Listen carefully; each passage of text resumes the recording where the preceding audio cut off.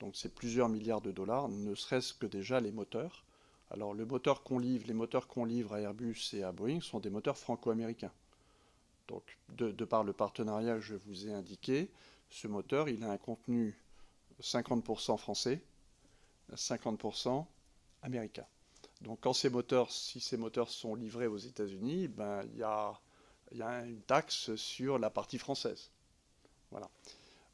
Si l'Europe devait apporter une riposte symétrique, évidemment, la même chose s'appliquerait de l'autre côté. Bon. Donc aujourd'hui, nous sommes impactés. Alors on est très proactif en termes de mesures, on appelle ça mitigation en anglais, mais c'est de mesures de management du risque.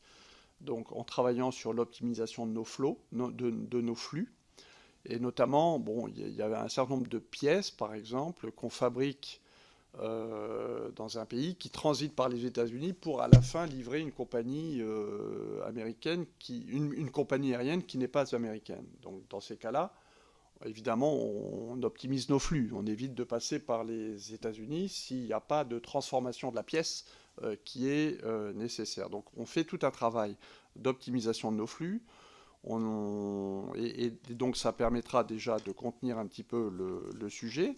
Mais forcément, cette affaire de tarifs, dans la situation telle qu'elle est aujourd'hui, c'est-à-dire uniquement sur les États-Unis, d'abord, elle crée déjà des perturbations dans la chaîne d'approvisionnement, parce qu'il y a déjà des fournisseurs qui commencent à envoyer des messages en disant moi j'arrête de livrer parce que je ne veux pas payer les tarifs, donc j'arrête de livrer sauf si vous payez. Enfin, on reçoit ce genre de message.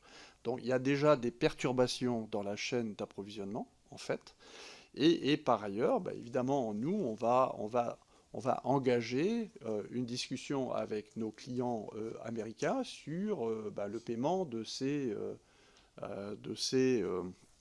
tarifs douaniers, parce qu'il n'y a pas de raison qu'on absorbe ça.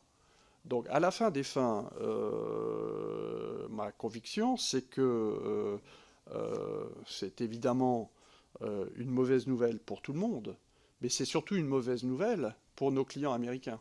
C'est-à-dire que dans le domaine de l'aéronautique, c'est Boeing qui souffrira d'abord, parce que Boeing achète beaucoup d'équipements européens et d'équipements non américains. Et puis c'est des compagnies nord-américaines, quand elles vont acheter des pièces de rechange pour continuer à voler, parce qu'une compagnie aérienne, elle dépense beaucoup d'argent pour la maintenance de ses avions. Et donc elle achète en permanence des pièces de rechange, de moteurs ou d'équipements critiques ou de sièges, etc. Et donc la compagnie aérienne qui va acheter, nord-américaine, qui va acheter ces pièces de rechange, elle les paiera plus cher que n'importe quelle compagnie aérienne ailleurs dans le monde, aujourd'hui. Donc les premiers qui vont souffrir de cette affaire, c'est vraiment les acteurs américains.